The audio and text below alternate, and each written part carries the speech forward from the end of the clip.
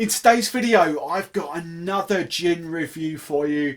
This is another limited edition release from the amazing guys up north in Sunderland, Poetic license. So if you want to know what this gin is all about, actually I'll tell you, pink grapefruit and tonka bean. If you want to know what all that's about, stay tuned.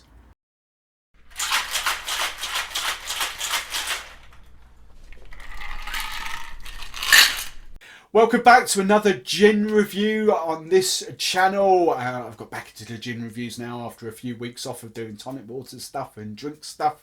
But this gin, just want to pop in there right at this moment in time, right at this time in shooting. I just noticed, just literally before I came down here to the studio, there was a big sold out on their website. There is a few bottles apparently still on Master of Malt, but maybe by the time this video gets published, it may have all sold out. So let me tell you all about this gin. I'm really happy. Massive shout out to Mark, hey Mark, and to Joanna. Thank you for sending this bottle down. You know I love Poetic License. You know I love you guys. I love what you're all about. So thank you. Let's get into this gin. Well, Poetic License, if you're just watching one of my videos for the first time, I've featured a few of their gins now on this channel. We've got their Northern Dry, which is their staple gin.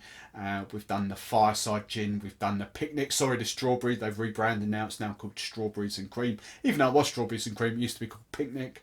We've done that. Few rarities. They what other gin? They've also got an Old Tom in their normal range. They've got a liqueurs range as well, kind of salted baked apple and salted caramel, apple and blackcurrant, sarsaparilla, and a St Clement's one. They're all gin liqueurs. And then rarities. This is why I love Poetic License so much, and a few other gins now, not copying but doing the same sort of thing.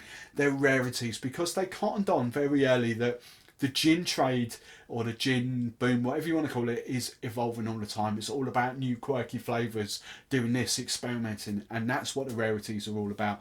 This is Rarity number 9, and I've got the list written down here of the other one because I can never remember the whole list. So we've got the other 8 that they did before this. Cherry and basil, orange blossom, sweet bell pepper and naga chili, gooseberry and elderflower. Oh, that was lovely. That was amazing. Blackberry and bay. That was really lovely as well. Espresso. I've got no freaking idea because that was sold out before I even got a chance to order it. Tutti Frutti and agave.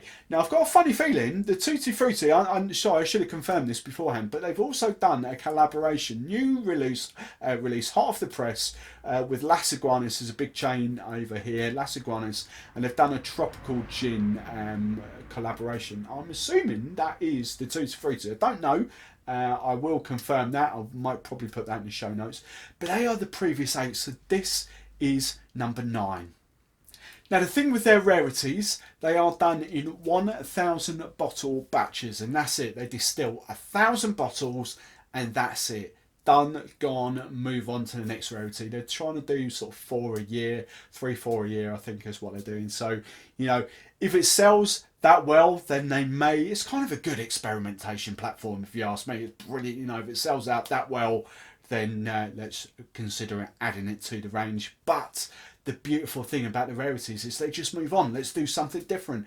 I mean, I would love to get that cherry and basil back as well. And the other one, the gooseberry and elderflower, I would love to get hold of that. But, you know, that was 2 years ago now. We haven't seen it since.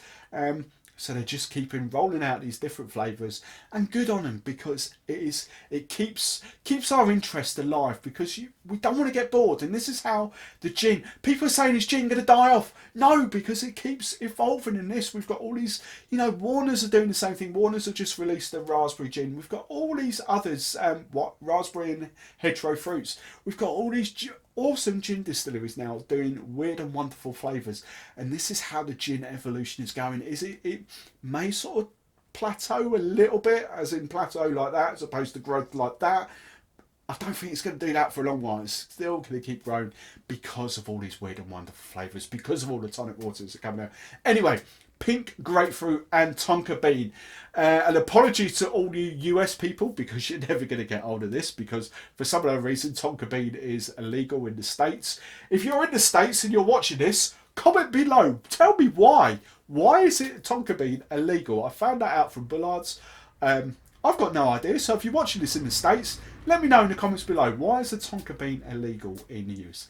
If you're in the UK, and if you know the answer, let me know as well. But US people, let me know. Now, let's see what this tastes like, okay?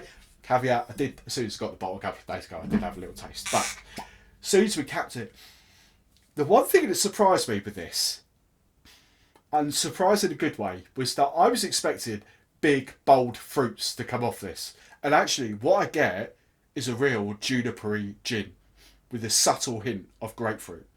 Okay?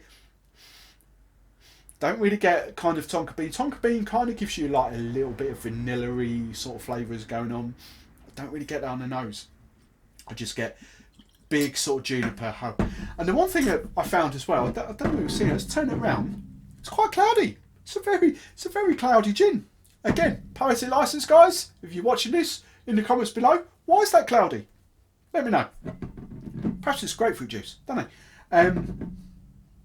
Maybe.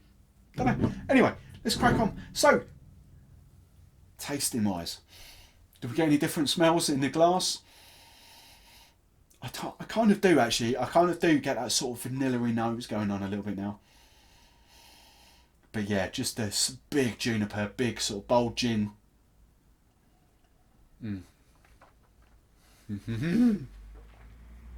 Now, first things, again, this does a couple of different things. First up, and it's what I'm finding a lot with gin now actually. Now that my palate is really, really honed, I've been doing this, Christ, nearly 2 years, you know, tasting gins on video. I'm almost getting three phases of the taste. The first phase for me, phase? Is that a good word? Don't know. Phase one for me, I get this sort of juniper bite. That is always what I get up top. Juniper, bit of spice, kind of around there, right on the tongue, really lovely. And that's kind of the make or break for me, because if it's really bold and heavy, I'm like, oh no, I don't like that. But what this gin does very cleverly, as soon as it gets to the back of the tongue, that's when you kind of get a bit of floralness coming out, and the grapefruit really comes out there, kind of a big burst. It's like, how can I explain? It's like if you bite down on, I don't know, a little sweet with like juice in the middle of it. You bite and it bursts, and that's kind of what's going on down there. Get that burst of fruit. But as it comes down there, that's when the Tonka bean for me comes into its own. I can really kind of get that sensation as it's going down there. Really lovely long aftertaste.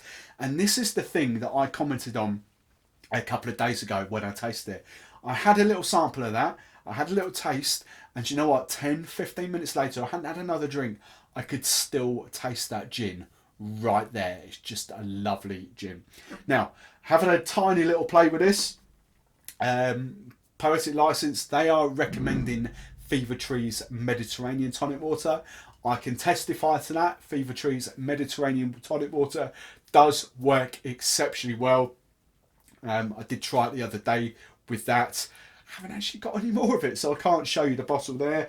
But what I have also tasted as well, yes, quite a lot of my videos are featuring these guys now. This is actually, I prefer Merchant's Heart Floral to Fever Tree's Mediterranean. Fever Tree's normal. This is where I'll go with this. Fever Tree's normal, full fat Mediterranean tonic is absolutely blinding. I love it. It is really, really good. The refreshingly light, I don't love. It kind of strips back that taste for me, and that's where Merchant's Heart comes in, because it has obviously got that little bit of extra sweetness, a little bit of extra flavour, and that's where my palate sits. So if you can get hold of Fever Tree's full fat Mediterranean tonic water, that is my recommendation for that. If you can only get refreshingly light, then check out the floral one. There you go. That's been that Rarity. I can't wait to get that out on samplings. I've got another couple of gin tasting nights coming up really soon. We're going to crack that out, because that's going to be really quirky as it's all cloudy.